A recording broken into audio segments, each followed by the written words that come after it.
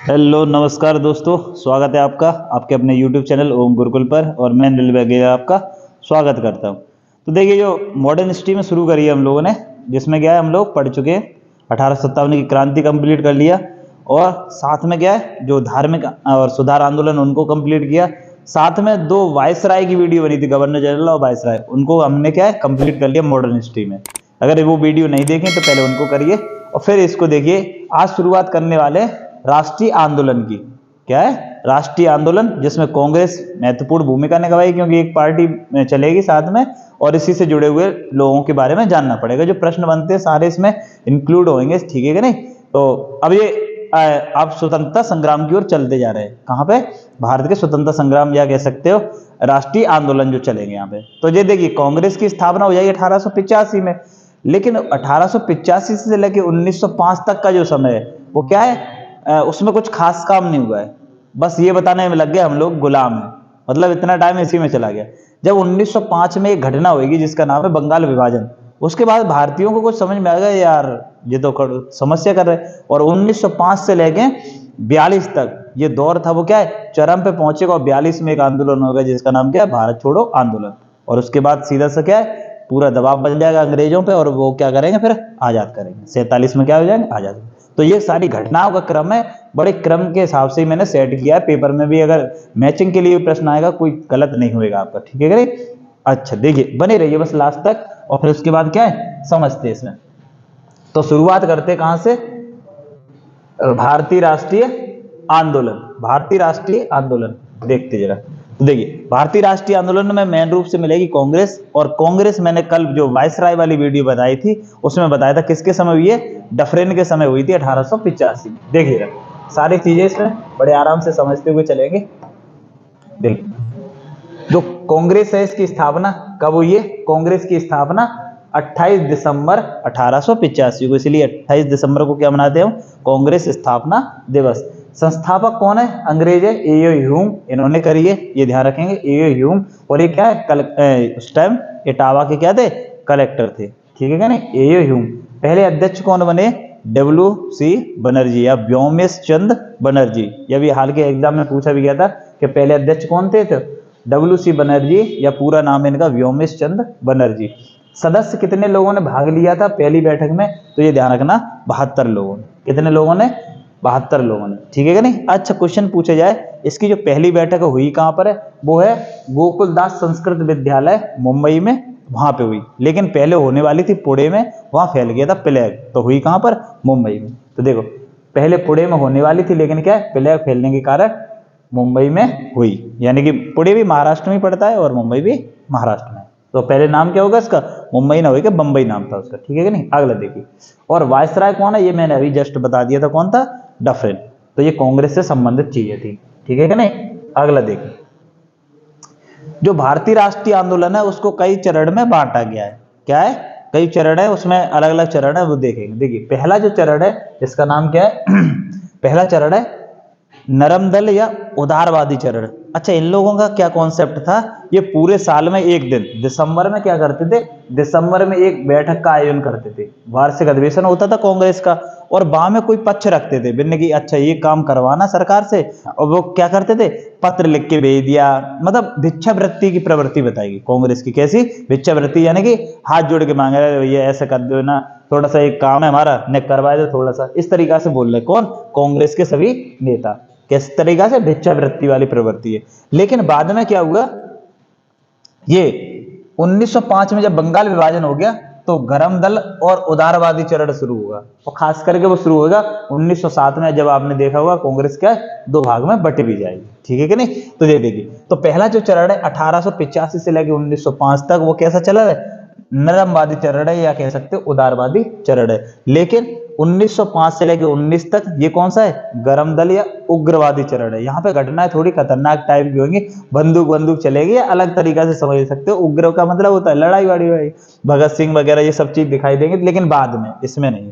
यहाँ में तुम्हें खास करके दिखाई देंगे बाल गंगाधर लाल बाल पाल जो है वो सब इसमें आएंगे। भगत सिंह का अलग ही कॉन्सेप्ट है, वो 24 में आएंगे, एंट्री करेंगे राजनीति में, और 31 तक है, ठीक है कि नहीं, 7 साल के लिए। अगला देखिए, जब तो 1919 में, 1919 से लेके 42 तक गांधी जी आएंगे 1917 में, चंपारण हो जाएगा, और उसके बाद गांधी जी की चलेगी, बाकी सब साइड में। जैसे अभी भारतीय राजनीति में एक ही व्यक्ति जिसका नाम है मोदी, बाकी सब साइड में, कोई पार्टी नहीं, कोई कुछ नहीं।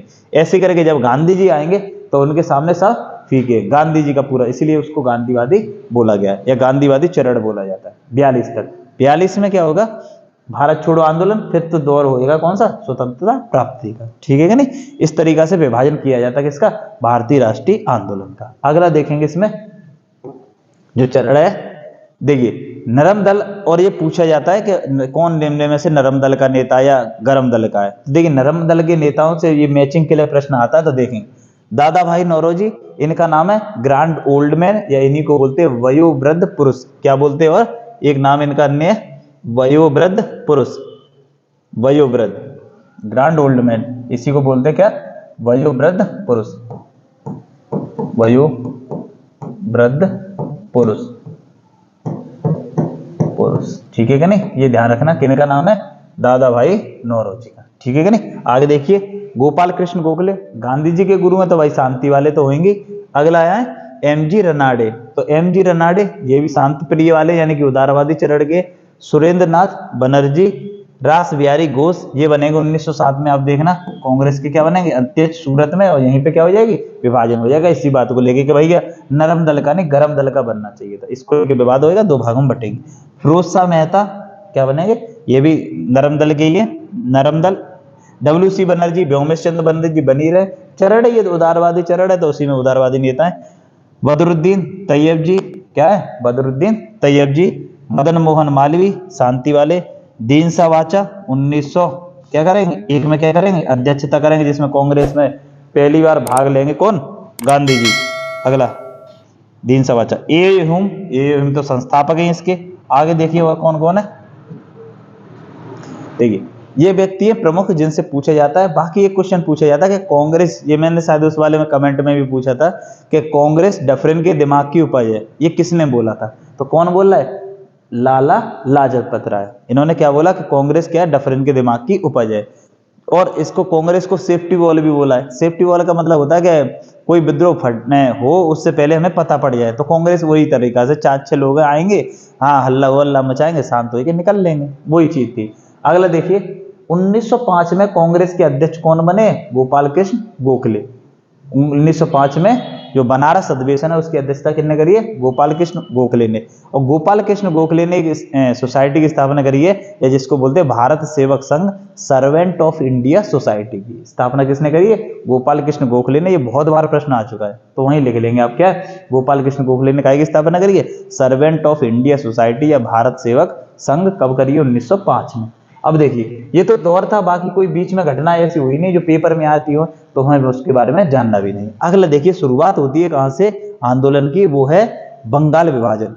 कल वीडियो जो आपने देखा था वायसराय वाला, उसमें देखा गया था करजन नाम का वायसराय था, उसने क्या कर दिया था, बंगाल का विभाजन कर दिया था। देखिए बंगाल क्षेत्र, उस टाइम बंगाल से मतलब क्या है, बिहार, उड़ीसा, जो पश्चिम बंगाल और बांग्लादेश, इन सबको पूरा मिला के क्या बनना था, बंगाल क्षेत्र बनना था। फिर उन्होंने क्या किया, इसका विभाजन इस तरीका से किया कि हिंदू मुस्लिम के आधार पर बांट दिया।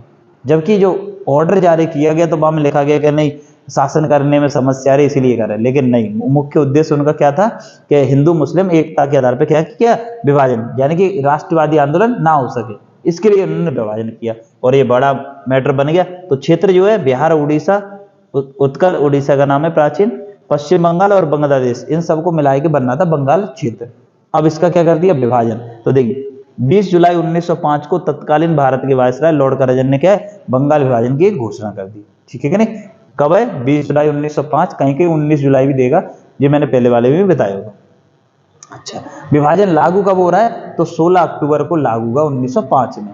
16 अक्टूबर 1905 को क्या लागू हुआ। जैसे इसको ऐसे करके समझ लो, जैसे अगस्त में प्रस्ताव पास हुआ था काहे से संबंधित, जो जम्मू कश्मीर का था, जिसको यूटी बनाया गया था, और लेकिन वो लागू कब जाके होगा, वो 31 अक्टूबर को होगा। तो कोई भी नियम है वो आगे जाके लागू हो सकता है। इसी तरीका से ये 20 जुलाई को तो पास हो गया, लेकिन लागू कब किया, 16 अक्टूबर को। तो इसमें नाराज हो गए कौन, रविन्द्रनाथ टैगोर, और उन्होंने क्या किया, इस दिवस को यानी 16 अक्टूबर को उन्होंने कहा कि हम शोक दिवस के रूप में मनाएंगे, और शोक दिवस के रूप में साथ में क्या है, जो भाईचारा हमने अलग करने की कोशिश कर रहे हैं ना हिंदू मुस्लिम, तो हमने कि हम राखी के रूप में मनाएंगे। राखी का प्रेम का प्रतीक है कि हम भाई भाई, तो हमने राखी बांध के प्रयोग करेंगे। और एक गीत और गा दिया, क्या है, अमार सोनार बंगला, जो बाद में जाके क्या बनेगा, बांग्लादेश का बनेगा राष्ट्रीय गीत। तो भारत और बांग्लादेश दोनों का राष्ट्रीय गान किसने लिखा है, रविन्द्रनाथ टैगोर ने। यही सब चीजें लिखी हुई हैं, मैं सारी चीजें बताने वाला हूँ। बंगाल विभाजन लागू हुआ 16 अक्टूबर 1905 को, और आगे क्या लिखा हुआ, 16 अक्टूबर के दिन को रविन्द्रनाथ टैगोर ने क्या शोक दिवस और राखी दिवस के रूप में मनाया। और रविन्द्रनाथ टैगोर ने अपना गीत है जिसका नाम क्या है, अमार सोनार बंगला, इसका मतलब होता है हमारा प्यारा बंगला, ये गाया, और यही बाद में जाके क्या हो गया, बांग्लादेश का राष्ट्रीय गान बना है। ठीक है कि नहीं। अगले देखिए, अब इसके बाद क्या हुआ, स्वदेशी आंदोलन शुरू हुआ। इसका नाम स्वदेशी आंदोलन है, इसी को कहते हैं बंग भंग आंदोलन, और इसको ही कहते हैं बहिष्कार आंदोलन। देखिए जरा, स्वदेशी आंदोलन, बंग भंग आंदोलन, बहिष्कार आंदोलन कब शुरू हुआ है, कलकत्ता के टाउन हॉल में 7 अगस्त 1905 को शुरुआत हुई। अच्छा, ये स्वदेशी आंदोलन का। अब भारतीय जो थे, अब भारतीय दर्जा में ऐसा कहना उचित भी नहीं होगा, क्योंकि ये पूरे भारत में चला ही नहीं, बंगाल क्षेत्र में ही चला, और इसको ही लेके बवाल था। जो नरम दल वाले थे वो यूं कह रहे थे कि नहीं, बंगाल क्षेत्र में ही चला, जबकि जो गरम दल के देते जैसे लाला लाजपत राय, बाल गंगाधर है, ये कह रहे यही तो मौका है, पूरे भारत में जा चलाओ, अंग्रेजन पे क्या लगाओ, दबाव लगाओ। और नरम दल, अरे छोड़ो ना अंग्रेजन को यार, कोई बात नहीं, यही बंगाल वाले चला। यही कमी थी नरम दल और गरम दल वाले, अटैकिंग नहीं थे। अगला देखिए, तो क्या है, स्वदेशी आंदोलन की औपचारिक घोषणा पूछी जाएगी कहां पे हुई है, कलकत्ता के टाउन हॉल में। यही मैं बता रहा था, 7 अगस्त 1905 को। ठीक है कि नहीं, क्या है, और ये पहला आंदोलन माना जाता है भारत में, क्या है, राष्ट्रीय आंदोलन के रूप में देखा जाए तो। ठीक है कि नहीं। अगला देखिए, स्वदेशी आंदोलन का तात्कालिक कारण अगर पूछा जाए, जैसे 1857 की क्रांति का तात्कालिक कारण क्या था, तो चर्बी युक्त कारतूस। लेकिन स्वदेशी आंदोलन का कारण क्या था, बंगाल जो विभाजन किया गया था इसके कारण हो रहा था। ठीक है कि नहीं। अगला देखिए, स्वदेशी आंदोलन में सर्वाधिक प्रभाव किस पे पड़ा, तो कपड़ा उद्योग पे क्या सबसे अधिक प्रभाव पड़ा है। ठीक है कि नहीं। अगला देखिए, 1905 का कांग्रेस अधिवेशन बनारस में हुआ, ये ऊपर ही बचा चुके। 1905 का अधिवेशन किस में हुआ था, बनारस में, जिसकी अध्यक्षता किसने करी थी, गोपाल कृष्ण गोखले ने। और सर्वेंट ऑफ इंडिया सोसाइटी की स्थापना भी किसने करी है, गोपाल कृष्ण गोखले ने की है। अगला देखिए, अगला देखेंगे, 1906 कलकत्ता में कांग्रेस का अधिवेशन हुआ, और जिसकी अध्यक्षता करी दादा भाई नौरोजी ने, जिनको क्या बोला गया, अभी पढ़ के आए ऊपर, ग्रैंड ओल्ड मैन। 1906 में कलकत्ता में कांग्रेस के अधिवेशन की अध्यक्षता किसने करी, दादा भाई नौरोजी ने। और पहली बार कांग्रेस ने एक शब्द ये दिया जिसका नाम क्या है, दादा भाई नौरोजी, वो दादा भाई नौरोजी ने एक शब्द दिया जिसका नाम क्या है, स्वदेश, यानी स्वराज। स्वराज शब्द किसने दिया, दादा भाई नौरोजी ने। अगर पहली बार पूछा जाए तो हम वहां पढ़ के आए थे धार्मिक सुधार आंदोलन में, तो वो कौन से, दयानंद सरस्वती। तो देखिए, कांग्रेस में पहली बार स्वराज शब्द का प्रयोग दादा भाई नौरोजी ने किया। ये पूछा जाएगा किसने किया, तो दादा भाई नौरोजी ने। अगला देखिए, 14 अगस्त 1906 को बंगाल में नेशनल कॉलेज की स्थापना की गई। ये क्वेश्चन पूछा हुआ है, अभी हाल फिलहाल में पूछा गया था, क्या जी, कि बंगाल में नेशनल कॉलेज की स्थापना की गई कब, तो 1906 में। और इसके पहले प्रिंसिपल बनाए गए कौन, अरविंद घोष। कौन बनाए गए पहले प्रिंसिपल, अरविंद घोष इसके क्या पहले प्रिंसिपल बने। और रविंद्रनाथ टैगोर ने 1906 में Indian society of oriental arts की स्थापना की। ये क्वेश्चन पूछा हुआ है, कैसे, इंडियन और सोसाइटी ऑफ ओरिएंटल आर्ट्स, इसकी स्थापना किसने करी है, तो ये है कौन, रविंद्रनाथ टैगोर ने करी है।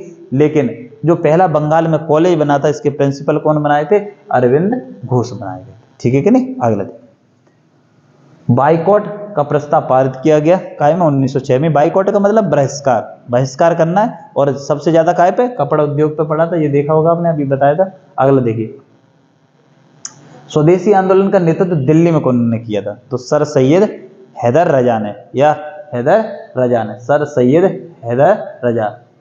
हैदर रजा ने किया। कहां पर, दिल्ली में। स्वदेशी आंदोलन का मद्रास में नेतृत्व चिदम्बरम पिल्ले, बस ज्यादा फैलाव नहीं हुआ था, बस थोड़ा थोड़ा चल रहा था, ज्यादा बड़े लेवल पे नहीं था, चिदम्बरम पिल्ले ने किया। बंगाल विभाजन के समय बंगाल का लेफ्टिनेंट गवर्नर कौन न था, भारत का वो गवर्नर जनरल तो कौन था, वो वायसराय, जिसका नाम था करजन था। लेकिन बंगाल का जो लेफ्टिनेंट गवर्नर था उसका नाम क्या था, एंड्रू फ्रेजर। क्या नाम है इसका, एंड्रू फ्रेजर। ठीक है कि नहीं।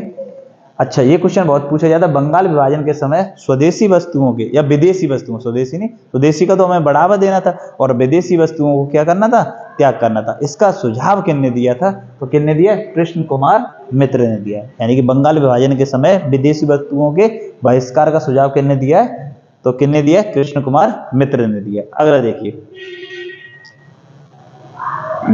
मुस्लिम लीग के बारे में थोड़ा सा जान लेते हैं, उसके बाद आगे देखते हैं। मुस्लिम लीग की स्थापना मिंटो के समय हुई, मिंटो द्वितीय के समय हुई है और 30 दिसंबर 1906 को हुई है। किसने करी है, आगा खां और सलीमुल्लाह ने। देखिए ढाका में हुई है मुस्लिम लीग, 1906 में हुई है 30 दिसंबर 1906 को, जबकि कांग्रेस की कब हुई है, 28 दिसंबर 1885। देखिए स्थापना 30 दिसंबर 1906 ढाका में हुई। स्थापना करी किसने, सलीमुल्लाह और आगा खां ने की। और जो मोहम्मद अली जिन्ना है ये बाद में इसमें क्या है, शामिल हो गए थे। ठीक है कि नहीं। अगला देखिए, मुस्लिम लीग का पहला अधिवेशन 1907 में कराची में हुआ, जिसकी अध्यक्षता किसने करी, आदमजी पीर भाई ने की। ठीक है कि नहीं। और भारत का वायसराय कौन है उस टाइम पे, तो मिंटो द्वितीय। ठीक है कि नहीं, जिसके समय 1909 में क्या आएगा, मार्लिमेंटो सुधार भी आएगा। अगला देखिए, मुस्लिम लीग के पहले अध्यक्ष कौन बने, बकार उल मुल्क, बकार उल मुल्क बने। और मुस्लिम लीग ने बंगाल विभाजन का क्या कर दिया, समर्थन कर दिया। ये मेनली ऐसे करके ये अंग्रेजों ने निकाली थी, फूट डालो राज करो। तो वो क्या चाह रहे थे, मुसलमान अलग हों, एक रहेंगे तो ज्यादा पावरफुल रहेंगे, तो उन्होंने क्या किया, अलग करो। और उनकी नीति ही थी भारत में राज करने की, क्या थी, फूट डालो राज करो। तो वही क्या, मुस्लिम लीग क्या कर दी, अब इन लोगों ने तो बनवाई थी अंग्रेजन ने, तो वो क्या करे, अब तो समर्थन करेंगे बंगाल विभाजन का। तो क्या है, बंगाल विभाजन का क्या करें, समर्थन करना है। अगला देखिए, कांग्रेस का सूरत अधिवेशन जो क्या होगा 1907 में, कांग्रेस का सूरत अधिवेशन जो कि कहाँ होने वाला है, 1907 में। अब ये बंगा भंगा आंदोलन तो चल ही रहा था, स्वदेशी आंदोलन, बीच में कांग्रेस की भी स्थापना होगी। अब इसमें क्या होगा कि ये अधिवेशन पहले नागपुर में होने वाला था। कौन सा वाला, ये कांग्रेस का अधिवेशन था, जो वार्षिक अधिवेशन मैंने बताया था दिसंबर माह में होता। कुछ लोगों ने बोला भी है जो कांग्रेस है वो बरसाती मेढक की तरह है, एक साल में एक बार आती, दिसंबर में नेक टर टर करती और निकल के चली जाती है। मतलब इस तरीका से काम नहीं होता, बिना कि बढ़िया तरीका से साल भर में देखो तो सही हालचाल क्या है। तो यहाँ पे क्या, ये सूरत में अधिवेशन था, वो होने वाला था नागपुर में, लेकिन जो नरम दल थे उनने गेम कर दिया। क्या कर दिया, विनय उस अधिवेशन को चेंज करके कहाँ ले आए, सूरत में ले आए। क्यों, क्योंकि वहां पे उनका बहुमत था नरम दल का, तो उन्होंने क्या करी, इसकी अध्यक्षता सूरत में करी। और इसके पहले अध्यक्ष बनने वाले थे कौन, लाला लाजपत राय। लाला लाजपत राय के अध्यक्ष बनने वाले थे, लेकिन बाद में बने कौन, रास बिहारी घोष, जो कि नरम दल के हैं। क्या है, नरम दल के नेता हैं, ये ध्यान रखना, काय के, नरम दल के नेता हैं ये कौन, रास बिहारी घोष। ये काय के, अभी ऊपर समझाए थे ये वाले, काय के, नरम दल के, नरम दल। अब तो गरम दल वाले गुस्सा हो गए, भाई ये क्या कर रहे हैं, हमारा अध्यक्ष बनना चाहिए था, गरम दल से कोई बनना चाहिए था, लाला लाजपत राय वगैरह। तो फिर उसके बाद बोलने की, अब हम साझेदारी नहीं कर पाए, तुम अपने रास्ते हम अपने रास्ते, तुम अपने घर को जाओगे हम अपने घर को जाएंगे, तो बोलने की अलग कर लो, अलग कर लो। तो है गई अलग, क्या है, नरम दल और गरम दल, क्या होगी पार्टी, अलग होगी, नरम दल और गरम दल। साझेदारी तुमने देखी होगी, बनने की नहीं बन रही तो हटा, अलग कर दे, अलग कर दी। अब इसके बाद क्या होएगा, ये चलता रहेगा ऐसे ही सीन, नरम दल अलग अलग अलग। लेकिन बाद में लोगों के समझ में आएगी यार ऐसे तो हम आज़ादी नहीं ले पाएंगे, तो 1916 में फिर क्या होंगे, सबरे एक हो जाएंगे, जिसको बोला जाएगा लखनऊ पैक्ट या लखनऊ समझौता के नाम से। किसके नाम से, लखनऊ पैक्ट या लखनऊ समझौता के नाम से। देखिए तो 1919 में आया कौन सा, मार्ले मिंटो सुधार, जिसमें मार्ले कौन है, भारत सचिव है, मिंटो कौन है, ये है भारत के वायसराय। जो मैंने पिछली वीडियो में बता चुका हूं, जिसमें क्या पढ़ा था आपने, वायसराय वगैरह पढ़े थे, जिसमें हमने पढ़ा था कौन सा, मिंटो वाले के, मिंटो के समय कौन सा, और ये मिंटो है कौन सा, मिंटो द्वितीय। अगला देखिए, पहली बार मुसलमानों के लिए पृथक निर्वाचन की व्यवस्था की गई, ये उसमें भी पढ़ के आए, फिर दोबारा से जानना है। पहली बार भारत में क्या है, मुसलमानों के लिए पृथक निर्वाचन की व्यवस्था किस अधिनियम में की गई पूछा जाए, तो 1909 के अधिनियम में। ये ध्यान रखना, ये पूछा बहुत ज्यादा प्रश्न। आगे मार्ले जो है, ये तो मैं बता ही चुका हूं, भारत सचिव है, मिंटो कौन है, भारत का वायसराय। अगला देखिए, तीसरा दिल्ली दरबार का आयोजन हुआ, इसी के बाद इसके बाद ही हुआ है घटना ये, तीसरे क्या है, दिल्ली दरबार का आयोजन। और ये क्या हुआ, 1911 में आयोजित किया, जिसमें आए कौन थे, जॉर्ज पंचम। जॉर्ज पंचम क्या है, भारत आए हुए थे। और इसी के साथ क्या हुआ, यहाँ पे आ जाएगा कौन, वायसराय जो बन गया था भारत का, होर्डिंग द्वितीय। तो होर्डिंग द्वितीय और आए कौन थे शासक, वहां के राजा थे जॉर्ज पंचम, जो कि भारत के सम्राट भी थे, क्योंकि भारत क्या था, गुलाम था उन्हीं की। अब उन्हें बात पड़ता पड़ी कि बंगाल विभाजन हो गया, उसके लिए क्या है, बवाल मचा हुआ। तो उन्होंने कहा देखो एक काम करते हैं, बंगाल विभाजन को क्या कहे, रद्द कर देते हैं। तो बंगाल विभाजन क्या हो गया, रद्द हो गया। तो देखिए दिल्ली दरबार तीसरा दिल्ली 11 में, और बंगाल विभाजन क्या हो गया, 1911 में रद्द हो गया। लेकिन इसमें क्या, बंगाल के 3 क्षेत्र बना दिए गए, एक बंगाल, उड़ीसा और बिहार। तो क्वेश्चन पूछे जाए बिहार और उड़ीसा कब बने, 1911 में बनाए। 1911 में बंगाल विभाजन रद्द की घोषणा कर दी गई। भारत का वायसराय कौन था, लॉर्ड हार्डिंग द्वितीय ने करी, इसने क्या कर दी, घोषणा कर दी। अगला देखिए 1911 को भारत की राजधानी क्या है, दिल्ली को बनाने की घोषणा की, और लेकिन ये घोषणा हुई कब लागू, तो 12 में। क्वेश्चन पूछे जाए ना, दिल्ली भारत की राजधानी कब बनी है, तो 1912 में बनी है, लेकिन घोषणा पूछी जाए तो कब है, 11 में। देखिए भारत की राजधानी कलकत्ता के स्थान पर दिल्ली को बनाया गया, 12 में भारत क्या है, दिल्ली क्या है, भारत की राजधानी बनी। अगला देखिए जे लॉर्ड हार्डिंग द्वितीय पे जो कांड हुआ था, लॉर्ड हार्डिंग द्वितीय ने जब दिल्ली में प्रवेश किया तो उसकी गाड़ी पर बम फेंके गया। इस घटना में क्या है, बाल मुकुंद को फांसी दी गई। ये क्या है, जब क्रांतिकारी घटना पढ़ेंगे तो फिर दोबारा से ये देखेंगे, वहां पूरी स्टोरी हुई इसके साथ में। अभी क्या है, दिल्ली में जो घटना हुई है इसके लिए कहाँ पे, चांदनी चौक में, जब लॉर्ड हार्डिंग क्या है वापस आ रहा था। ये मैंने उसमें भी बताया हार्डिंग द्वितीय के बारे में जब वायसराय पढ़ रहे थे। अगला देखिए, ये अब सुनते कौन सी क्रांतिकारी घटना है। अभी तक चल रहा था कौन सा, शांति वाला दौर में, नहीं हाथ जोड़ रहे, अरे चच्चा सुन ले। अब चच्चा यहाँ गोली चलेंगी सीधी, क्या चलने वाली है, गोली, क्रांतिकारी। तो देखिए शुरुआत होती है महाराष्ट्र से, सबसे पहले कहाँ है, महाराष्ट्र से। तो महाराष्ट्र में क्या है, क्रांतिकारी आंदोलन, कौन कौन सी घटनाएं हुई है महाराष्ट्र की, एक तरफ पढ़ेंगे, फिर बंगाल की पढ़ेंगे, फिर हम दिल्ली की पढ़ेंगे। इस तरीका से मैंने विभाजित किया इस चर्चा। देखिए तो व्यायाम मंडल की स्थापना करी गई किनके द्वारा, चापेकर बंधुओं के द्वारा, 1896 में। किनके द्वारा, चापेकर बंधु, 2 भाई थे जिनका नाम क्या है, दामोदर हरि और बालकृष्ण हरि चापेकर, ठीक है क्या नहीं, ये दोनों। अब इन्होंने क्या किया, वहां प्लेग फैला हुआ था महाराष्ट्र में, उस टाइम प्लेग का कुछ ज्यादा ही दौर था, जैसे कोरोना का सीन था ना, ऐसे करके प्लेग था। चूहों से मरने से जो बदबू फैलती है उससे फैलता है प्लेग। तो इसमें क्या होता था, एक आदमी मरा, इसके साथ ही दूसरा और मरेगा, बहुत ज्यादा जनसंख्या में लोग मर रहे थे। अब जो अंग्रेज आए थे इन्होंने कोई कानूनी कार्रवाई नहीं करी सही तरीका से, जो रिपोर्ट भी बनाई वो गलत उल्टी सीधी बना दी रिपोर्ट।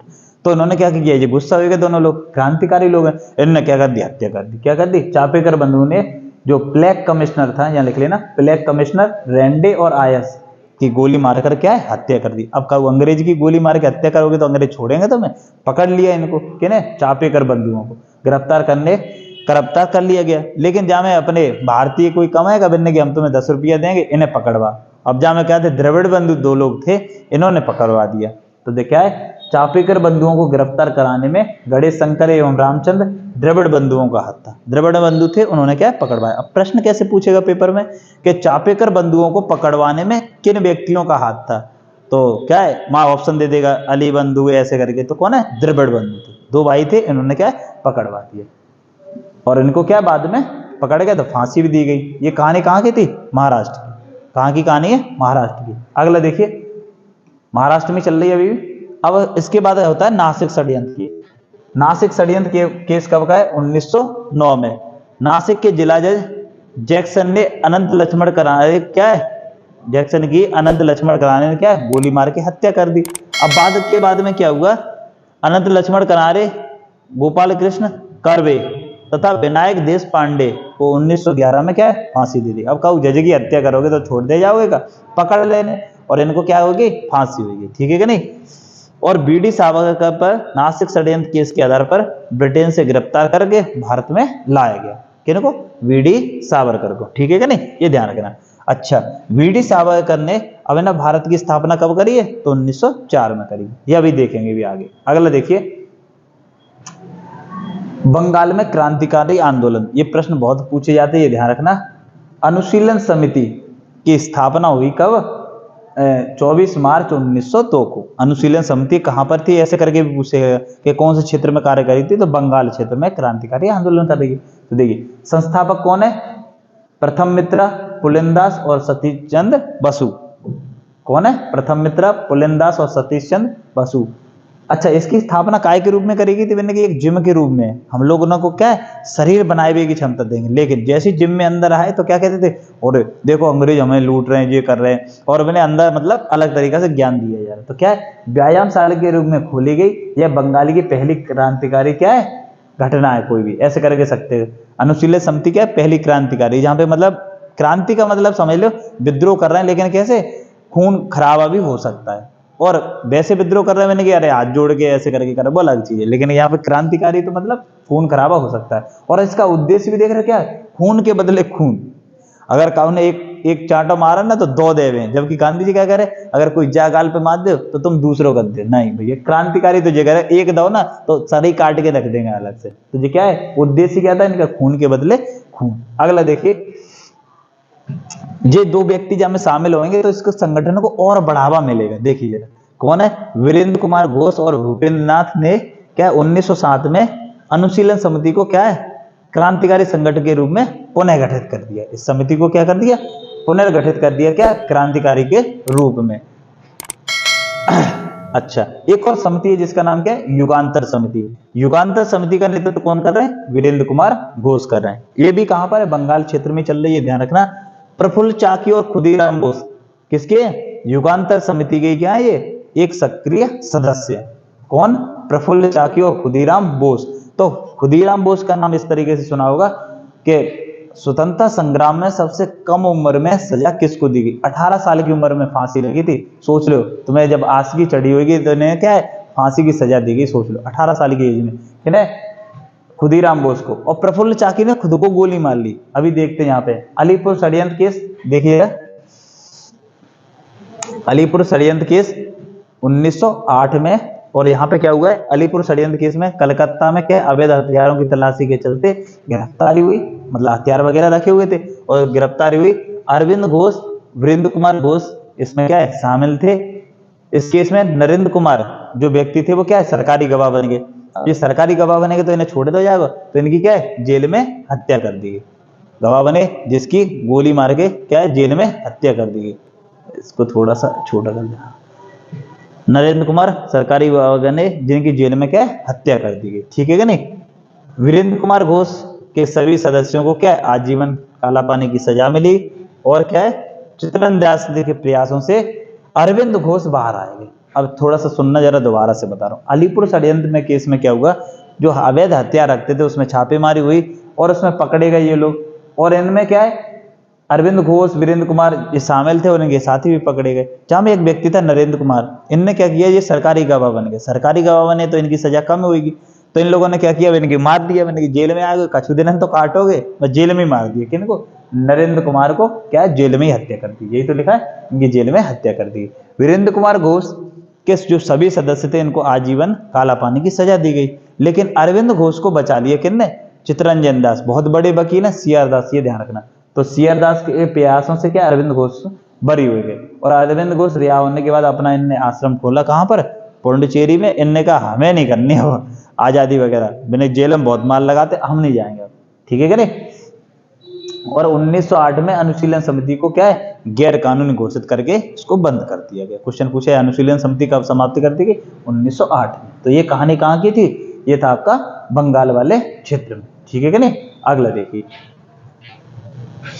दिल्ली में क्रांतिकारी आंदोलन। दिल्ली में क्रांतिकारी आंदोलन तो 1912 में भारत, जो अभी वाला बताया था होर्डिंग द्वितीय की गाड़ी पे बम फेंकेंगे, वो पूरी स्टोरी यहाँ पे।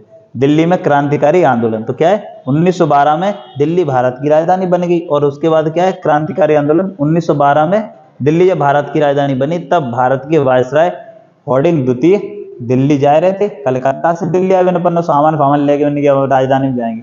तो चांदनी चौक के पास क्या हुआ, दिल्ली आए।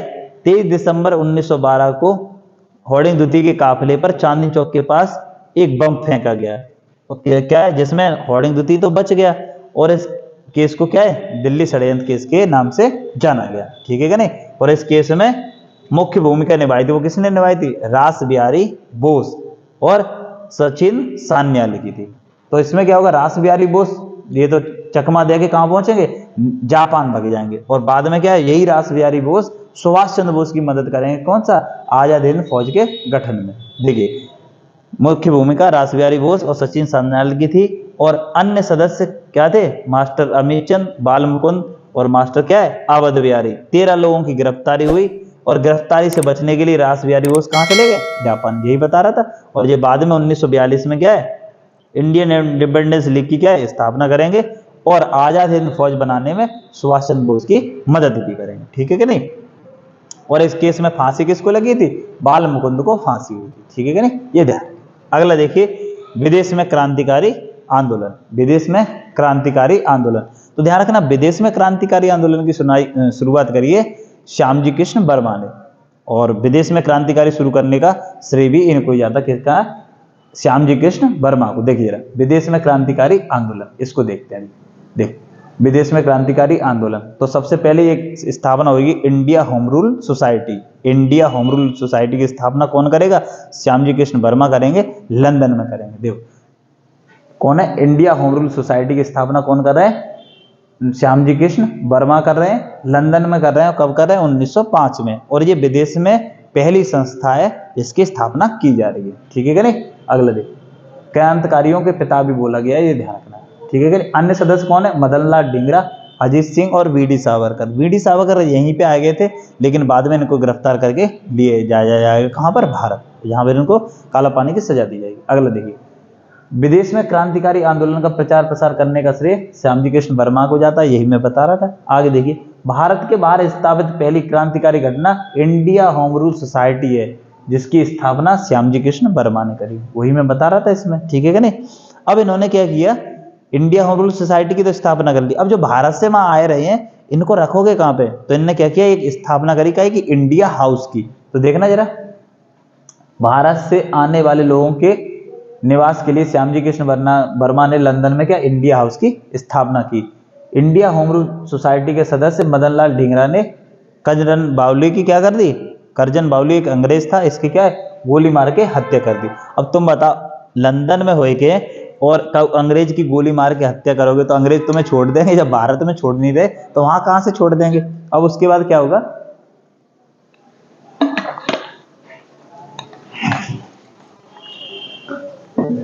इसके बाद क्या होगा कि जो अंग्रेज हैं वो शिकंजा कसना शुरू करेंगे किस पे, इंडिया होम रूल सोसाइटी पे, बोलने की तुम्हारी सदस्य कहाँ है, बुला हमारे देगा।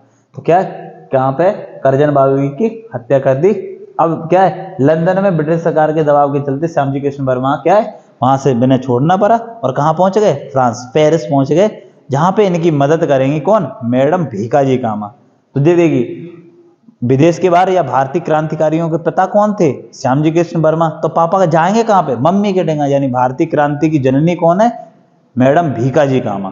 देखिए क्या लिख रहे हैं, दबाव के कारण कहाँ पे चले गए और कहाँ पे पहुंच गए, मैडम भीकाजी कामा के पास, यानी फ्रांस पहुंच गए। और मां मदद कौन करेंगे, मैडम भीकाजी कामा।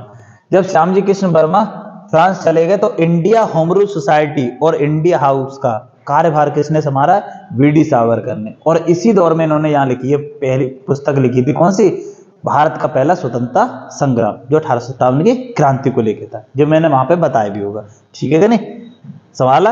और यहीं पर भारत का प्रथम स्वतंत्रता संग्राम 1857 नामक पुस्तक लिखी, किसने, वी डी सावरकर ने। अगला देखिए, मैडम भीकाजी कामा, इनके नाम क्या क्या है, मैडम भीकाजी कामा, क्रांति की प्रसूता बोला गया इनको, भारतीय राष्ट्रीय क्रांति की जननी माना जाता है, माता जी कह सकते हैं। और इनका जन्म कहाँ हुआ है, मुंबई में हुआ है 1861 में। पारसी परिवार से संबंधित है, लेकिन शादी कहाँ करेंगी, फ्रांस में। तो क्या हो जाएगी, वहां की नागरिकता मिल जाएगी। पारसी परिवार से संबंधित है, भारतीय मूल की फ्रांसीसी नागरिक थी, भाई वहां शादी करेंगे तो नागरिकता वहां की मिलने वाली है। अगला देखिए, ये अभी मैंने करा दिया था, लंदन छोड़ के पेरिस गए तो मैडम भीकाजी कामा ने क्या संयोग किया। क्वेश्चन इनका पूछा जाता है यहाँ से, ये वाला, ये ध्यान रखेंगे, मैडम भीकाजी कामा के 2 पत्र हैं, समाचार पत्र कह सकते हैं, वंदे मातरम और एक क्या है, मदन तलवार। ये बहुत बार पेपर में आ चुके हैं कि मदन तलवार और वंदे मातरम जो क्रांतिकारी पत्र है, इनका प्रकाशन किसने किया है, मैडम भीकाजी कामा ने। और सबसे मोस्ट इंपोर्टेंट प्रश्न है कि 1907 में जर्मनी के स्टुटगार्ट में एक अंतरराष्ट्रीय समाजवादी कांग्रेस सम्मेलन था, उसमें भारत का प्रतिनिधित्व किया और पहली बार तिरंगा झंडा फहराया, ये ध्यान रखना। ये बहुत बार पूछता है कब फहराया इन्होंने, कि 22 अगस्त 1907 को भारत का प्रथम राष्ट्रीय तिरंगा झंडा फहराया। और इसमें क्या होगा, तिरंगा झंडा है। अच्छा, इसमें डिजाइन कौन कौन कर रहा है, तो मैडम भीखाजी कामा ने डिजाइन किया है और सरदार सिंह राणा इनके क्या है साथ में। और इसमें कलर कौन कौन से थे झंडे में, हरा पीला लाल पट्टे थे और 8 कमल के फूल है जो 8 राज्यों का क्या था, प्रतीक था। देखते झंडे में क्या है, हरा पीला लाल पट्टे थे, 8 कमल के फूल 8 राज्यों के प्रतीक चिन्ह थे। और जो झंडा डिजाइन किसने किया था, सरदार सिंह राणा और मैडम भीखाजी कामा ने। अच्छा, जब बूढ़ी भई तो फिर दोबारा से कहाँ आएगी, भारत में आएंगे। क्या है, वृद्धावस्था में ये पुनः भारत वापस आएगी और यहीं पे क्या है 1936 में मुंबई में इनका क्या हो गया, निधन।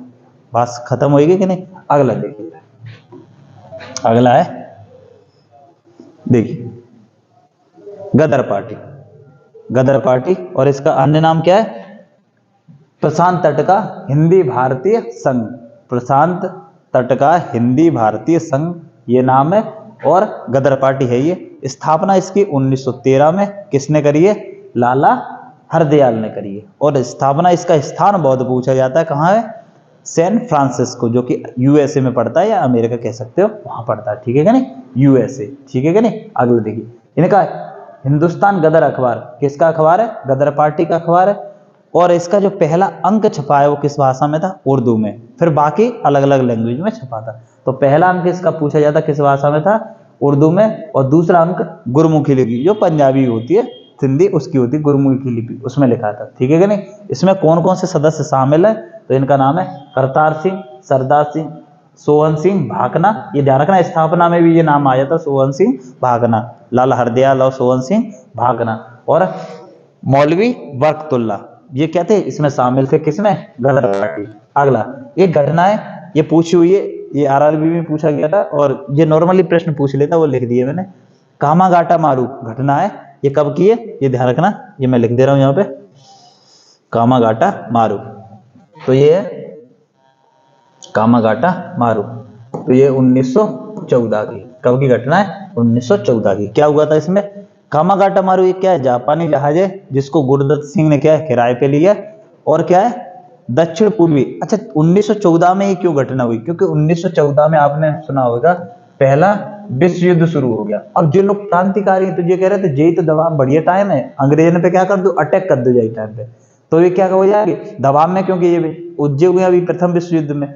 लेकिन उदारवादी क्या करे, गांधी वगैरह कि नहीं, अबे हमें अंग्रेजों की मदद करनी चाहिए, तो ये बाद में हमें क्या करते हैं, आ जाते। कितने बड़े बेवकूफ थे ये लोग, कि मतलब दुश्मन की मदद कर रहे, बाद में सोच रहे कि हमें क्या करेंगे, मदद करेंगे हमारी। लेकिन ये सब इनका भ्रम दूर हो जाएगा कब, जब जलियांवाला हत्याकांड होगा, तब ये लोग कहेंगे अरे गांधी उपाधि वापस कर देंगे, ये लोग उपाधि वापस करने लगे।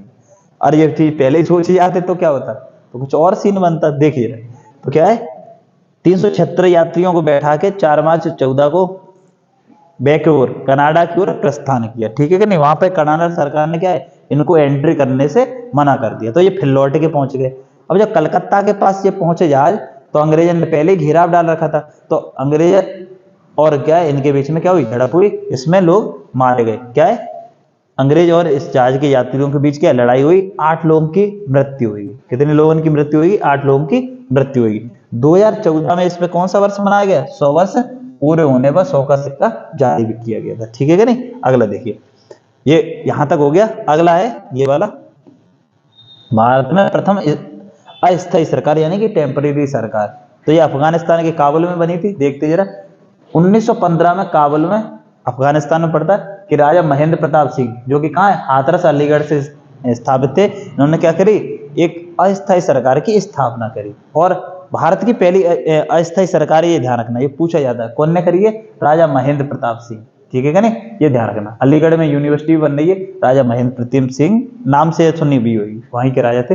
देखिए, जर्मनी और रूस ने सरकार को क्या है, मान्यता भी दी। और इस सरकार में क्या है, राजा महेंद्र प्रताप सिंह राष्ट्रपति और बरकतुल्ला इसमें क्या बने, प्रधानमंत्री के पद पे नियुक्त किए गए। ठीक है कि नहीं। तो ये भारत में प्रथम अस्थायी सरकार की स्थापना कब हुई है, 1915 में, राजा महेंद्र प्रताप सिंह, जो कि कहाँ के राजा हैं, अलीगढ़ के राजा पड़ते हैं। ठीक है कि नहीं। अगला देखिए, थोड़ा सा बचा हुआ है, उसके बाद क्या करेंगे, नेक्स्ट वीडियो आएगा उसमें और आगे देखेंगे। देखिए थोड़ा सा ही 2-4 मिनट गई है।